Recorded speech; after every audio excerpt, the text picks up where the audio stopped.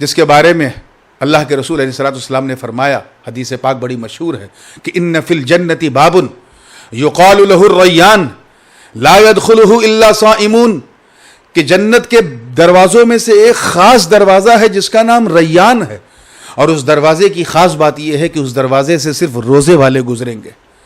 اور ایک اور خاص بات میں اور عرض کرنا چاہتا ہوں کہ عبادتیں تو سب عظیم ہیں، سب قرب مولا کا ذریعہ ہے، چاہے روزہ ہو، چاہے حج ہو، چاہے زکوٰۃ ہو، چاہے خیرات ہو، قرب مولا کے لیے، رضائے مولا کے لیے جو عمل کیا جائے وہ اللہ کی عبادت ہے۔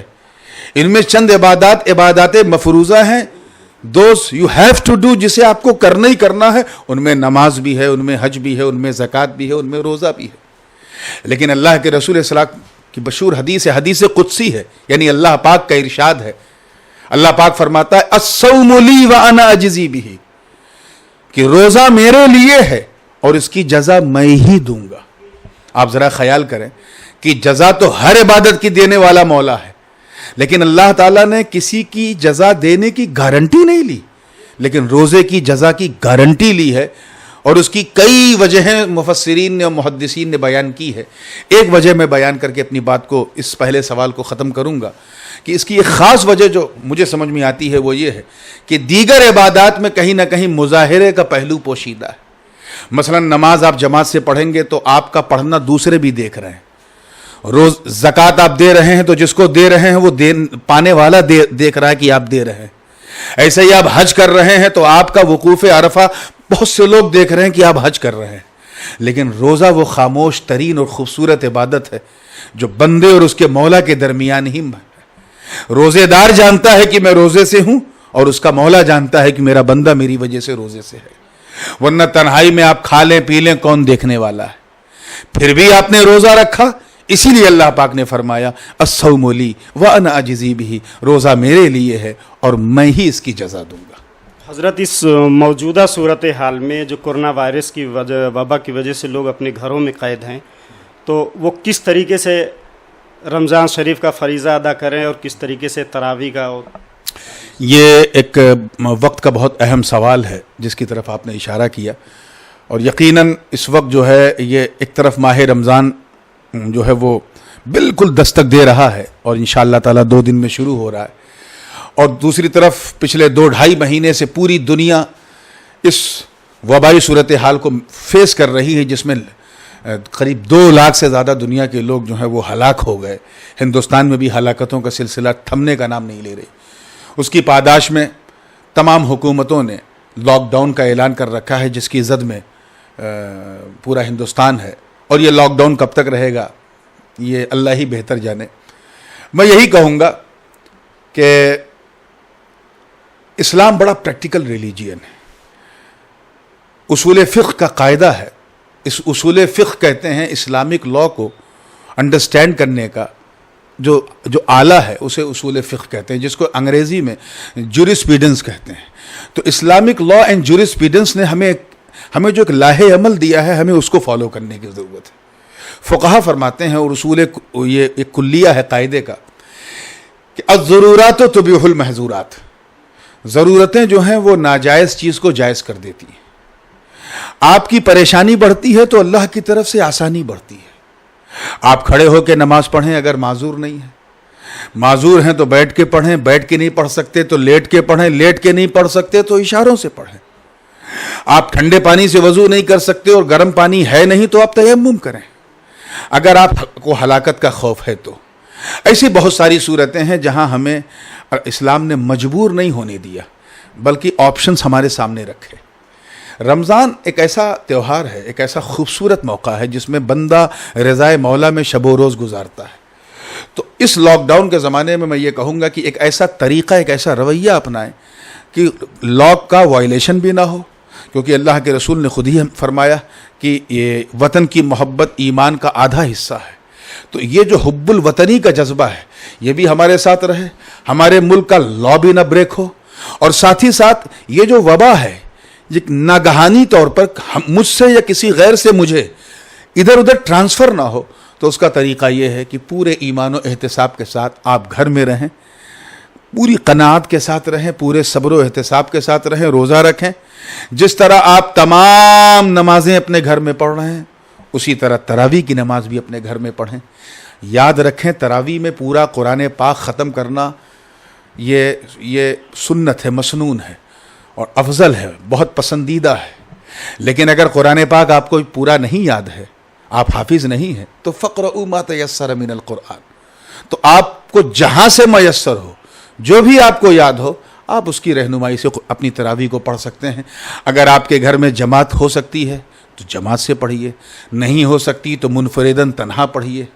آپ کو اگر 2 سورے صرف یاد ہے تو بس انہی 2 سوروں کی مدد سے آپ پوری تراویح پڑھ سکتے ہیں.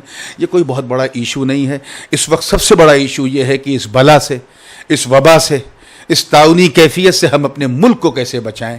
ہمارا سب سے بڑا کوآپریشن یہ ہوگا کہ ہم اس دین کی نمائندگی کرتے ہیں جو انسانیت کے لیے آیا ہے، مانوتا کے لیے آیا ہے، خدمت خلق کے لیے آیا ہے، مساوات و عدل کا فیضان بانٹنے کے لیے آیا ہے. اگر ہم ہی سے لو ٹوٹے گا تو پھر ہم سرکار دو عالم صلی اللہ علیہ وسلم کو کیسے میدان محشر میں منہ دکھائیں گے. تو آپ جس حد تک ہو سکے انتہائی قناعت کے ساتھ، اور یاد رکھیں حضور صلی اللہ علیہ وسلم کے وہ 2.5 سال اور ایک روایت کے مطابق 3 سال وہ جو آپ نے شاب ابی طالب میں گزارے ہیں، اسے یاد رکھیں تو آپ کو بہت آسانی ہوگی روزہ رکھنے میں. وہاں تو صورتحال یہ تھی کہ سرکار دو عالم صلی اللہ علیہ وسلم کو شاب ابی طالب کی سنگلاخ گھاٹی میں مقید کر دیا گیا، جہاں شیرخوار بچے بھی تھے، بزرگ بھی تھے، عورتیں بھی تھیں.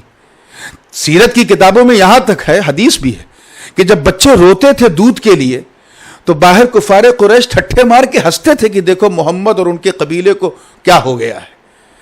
آپ انہیں یاد کریں تو آپ کو لگے گا کہ ہم تو بہت سہولت میں ہیں. ہم محصور ضرور ہیں مگر مجبور نہیں ہیں جتنے مجبور انہیں کیا گیا. آپ واقعہ کربلا کو ذہن میں رکھیں. 3 دن کے اندر نبی کے نواسے نے سارے امتحانات کے مرحلے پار کر دیے. ہم تو صرف لاک ڈاؤن ہیں. آج ہمارے پاس کھانے کی آسائش ہے، ٹائم پاس کرنے کے لیے بہت ساری چیزیں ہیں، موبائل ہے، انٹرنیٹ ہے، سب کچھ ہے. ہم ہم موبائل کو بھی دین کا خادم بنا سکتے ہیں اگر اس سے ہم دینی معلومات حاصل کریں. تو ہم کسی بھی طرح سے مجبور نہیں ہیں. اپنی مجبوری کا ماتم کرنے سے کوئی فائدہ نہیں ہے.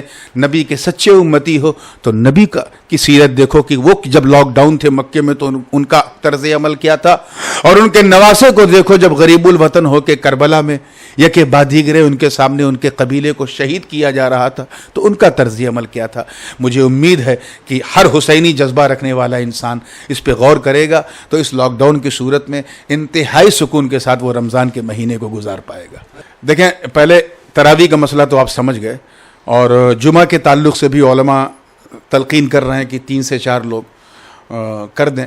اور جمعہ کے لیے کیونکہ اذن عام شرط ہے، اور اذن عام کے لیے حاکم کا ہونا شرط ہے، اور حاکم ہر اسلامی حکومت میں ہوتا ہے یا پھر اعلم علماء البلد ہو، یا کم سے کم جیسا کہ فتاوی قاضی خان وغیرہ میں اور دیگر کتب فقہیہ میں ہے کہ اگر محلے کے وہ بااثر لوگ جو نماز قائم کرتے ہیں وہ کہہ دیں تو ان کا کہنا بھی اذن عام ہوگا. وہ ایک مسئلہ ہے. کسی بھی محلے میں اگر ایک شخص بھی معتکف ہے مسجد کے اندر تو اس نے یہ کفایہ سب کے گردن سے اتار دیا.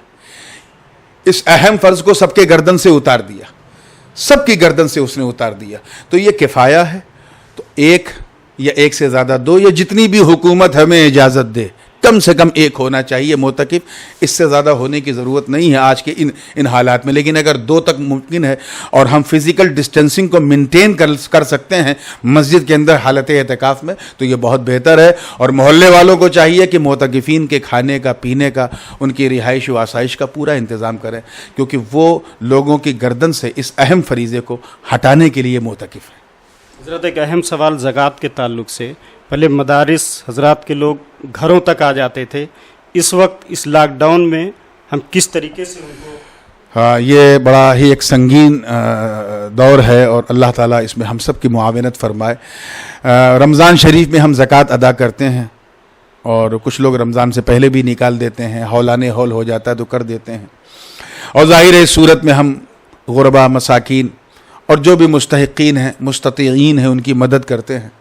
ساتھ ہی ساتھ ہم اپنے اداروں کی بھی مدد کرتے ہیں کیونکہ انہی سے ہمارے ادارے چل رہے ہیں.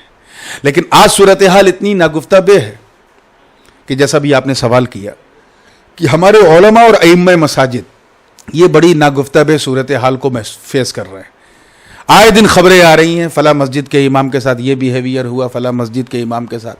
ابھی 2 دن پہلے ایک بہت بڑا حادثہ الہ آباد میں ایک مسجد میں ہوا, جہاں ایک 70 سال کی عمر کے امام صاحب, عمر رسیدہ بیچارے, مسجد میں تھے, کوئی ان کا پرسان حال نہیں تھا, نہ کھانا کھلانے والا نہ پانی پلانے والا. اور ان کی غیرت اس بات کی اجازت نہیں دے رہی تھی, کیونکہ وہ عالم دین تھے, وہ ہاتھ میں کٹورا لے کے لوگوں سے مطالبہ کریں, وہ غیرت. چنانچہ بیمار ہو گئے, انتقال ہو گیا, اور جب انتقال ہونے کے بعد ان کی باڈی متاثر ہو گئی اور تعفن کا شکار ہو گئی اور بدبو باہر آنے لگی, تب پتہ چلا کہ کسی کا انتقال ہوا. تو اس ماہ پاک میں اس بات کا خاص لحاظ رکھیں. آپ اپنی مسجد کے امام اور بالخصوص ان علماء کا لحاظ رکھیں جو دین متین کی خدمت میں سرگرداں ہیں, جو آپ کو مصطفیٰ علیہ السلام کا دین سکھاتے ہیں, چاہے وہ مقررین کی جماعت ہو, مدرسین کی جماعت ہو, مبلغین کی جماعت ہو, یا چندے کے محصلین کی جماعت ہو, یا پھر علماء دین کی جماعت ہو. ان کا سب سے پہلا, اگر ان میں کوئی مستحق ہے تو وہ بہت بڑا حقدار ہے آپ کی زکوٰۃ کا, آپ کے انفاق مال کا, آپ کی خیرات کا, اور کم سے کم کچھ نہیں تو آپ کی عطیات کا تو یقیناً وہ حقدار ہے. ان کی خبرگیری کریں تاکہ پھر مخالف لوگ ہمیں یہ کہہ کے نہ ہنسیں کہ مسلمان جب اپنے رہنماؤں کو کی پرواہ نہیں کرتے تو پھر ہماری پرواہ کیا کریں گے. اور بہت افسوس کی بات ہے, دیکھیں یہ جو ڈاکٹرز ہیں, ایک چیز ہمیشہ ذہن میں رکھیں کہ فاعل حقیقی جو ہے وہ اللہ ہے, شفا اسی کے دست قدرت میں. دوا بھی حلق سے اترتی ہے تو وہ اللہ کی مرضی سے ہی شفا کا باعث بنتی ہے اور سبب بنتی ہے. وہی شافی ہے, وہی کافی ہے. لیکن اللہ تعالیٰ نے اسباب مہیا کیے ہیں کہ شفا دکاترہ جو ڈاکٹرز ہیں, حکماء ہیں, جو اطباء ہیں, ان کے ہاتھ میں رکھی ہے, اور کسی کے ہاتھ میں شفا زیادہ ہوتی ہے, کسی کے ہاتھ میں کم ہوتی ہے.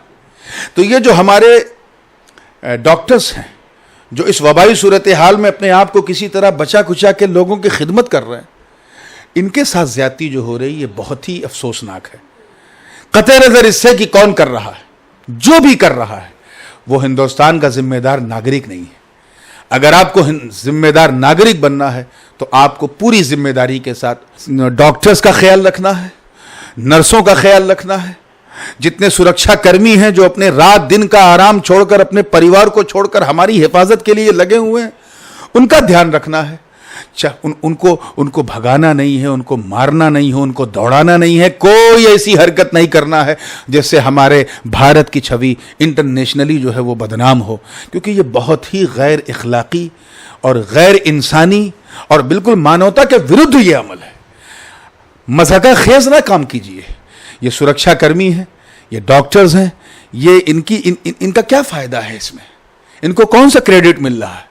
لیکن یہ صرف آپ کے لیے آپ کے محلے میں آ رہے ہیں, آپ صرف انہیں اس لیے بھگا دے رہے ہیں کہ کہیں کوارنٹین نہ کریں, کہیں آئسولیشن میں نہ ڈالیں.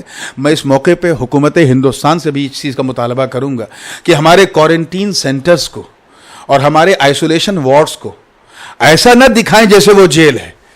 بہت ایک خاصا طبقہ ایسا بھی ہے جو سمپٹمز کو محسوس بھی کرتا ہے کہ ہاں مجھے نزلہ ہے, کھانسی ہے, تو مجھے ٹیسٹ کرانا چاہیے, مگر وہ کوارنٹین اور آئسولیشن وارڈز کی درگت کو دیکھ کر کے وہ ہمت نہیں کر رہا ہے ٹیسٹ کرانے کی, اگر میں پازیٹیو ہو گیا تو کیا ہوگا.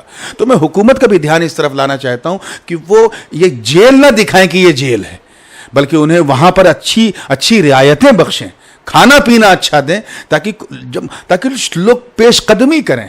ہمارے سرکشا کرمیوں کو, ڈاکٹروں کو گلی گلی میں جا کے ڈھونڈنا نہ پڑے, بلکہ لوگ ذمہ داری کے ساتھ خود آئسولیشن وارڈ میں جائیں اور کہیں صاحب ہمارا ٹیسٹ کیجئے, میں کچھ سمپٹم محسوس کر رہا ہوں. اور یہ چیز تبھی ہوگی جب حکومت ایک قدم بڑھے گی. تو مجھے امید ہے کہ یہ بھارت کا ہر ناگرک اس کی طرف سے پیش قدمی کرتے ہوئے 10 قدم بڑھے گا. اللہ پاک نے فرمایا منہا خلقناکم وفیہا نعیدکم ومنہا نخرجکم تارۃ اخری. اسی مٹی سے ہم نے تمہیں پیدا کیا, منہا خلقنا وفیہا نعیدکم, اور اسی مٹی میں ہم تمہیں لوٹائیں گے, ومنہا نخرجکم, اور اسی مٹی سے ہم تمہیں میدان محشر میں نکالیں گے. تو مٹی میں جانا یہ ہر مسلمان کا فنڈامنٹل رائٹ ہے. افسوس یہ ہوتا ہے کہ اس جانے سے ہمیں ہمارا مسلم ہی بھائی اگر روک رہا ہے تو یہ بہت ہی افسوسناک. میدان محشر میں سب سے پہلے ان کی پرسش ہوگی. میں نہیں مانتا اس بات کو کہ قبرستان میں اگر کسی کورونا سے سنکرمت کسی ویکتی کو اگر دفنایا جائے تو اس کی قبر بننے کے بعد وہ سنکرمن قبرستان میں پھیلے گا. اگر ایسی کوئی رپورٹ آتی ہے تو میں اس پہ غور کروں گا. میں تو یہ جانتا ہوں کہ مٹی جب انسان کے جسم کو کھا جاتی ہے تو بیماری کو کیسے چھوڑے گی. ہاں آپ یہ احتیاط کر سکتے ہیں جیسے بہت سارے اسلامی ملکوں میں شروع ہوا ہے کہ نارمل جو قبر کھودی جاتی ہے 4 فٹ یا 6 فٹ آپ 12 فٹ کھود دیجئے. آپ کفن کے اوپر پلاسٹک باندھ دیجئے. لیکن اس کی تجہیز تکفین اور جو بھی مسنون کام ہے آپ اسے دستبردار نہیں ہو سکتے, ورنہ آپ کو اللہ کی بارگاہ میں جواب دینا پڑے گا. اور سب سے زیادہ اسے جواب دینا پڑے گا جو اس کار خیر کو روک رہا ہے. میں قبرستان اور اس کے ٹرسٹ کے تمام ٹرسٹیوں سے مطالبہ کرتا ہوں کہ ایسی غیر اخلاقی اور غیر اسلامی حرکت سے باز آئیں. یہ لوگوں کے لیے مضحکے کا سامان نہ بنے اور مسلمانوں کو پورا موقع دیں کہ وہ اپنے ورثاء کو اپنے میتین کو لے کے جائیں وہ قبرستان میں اطمینان و سکون کے ساتھ سوشل ڈسٹینسنگ کو مینٹین رکھتے ہوئے اور جو بھی قواعد و جو بھی تدابیر ہیں ان کا پالن کرتے ہوئے قبرستان میں سپرد خاک کریں. اسی میں انسانیت کی بھلائی ہے, اسی میں انسان کی بھلائی ہے, اسی میں ہندوستان کی بھلائی ہے.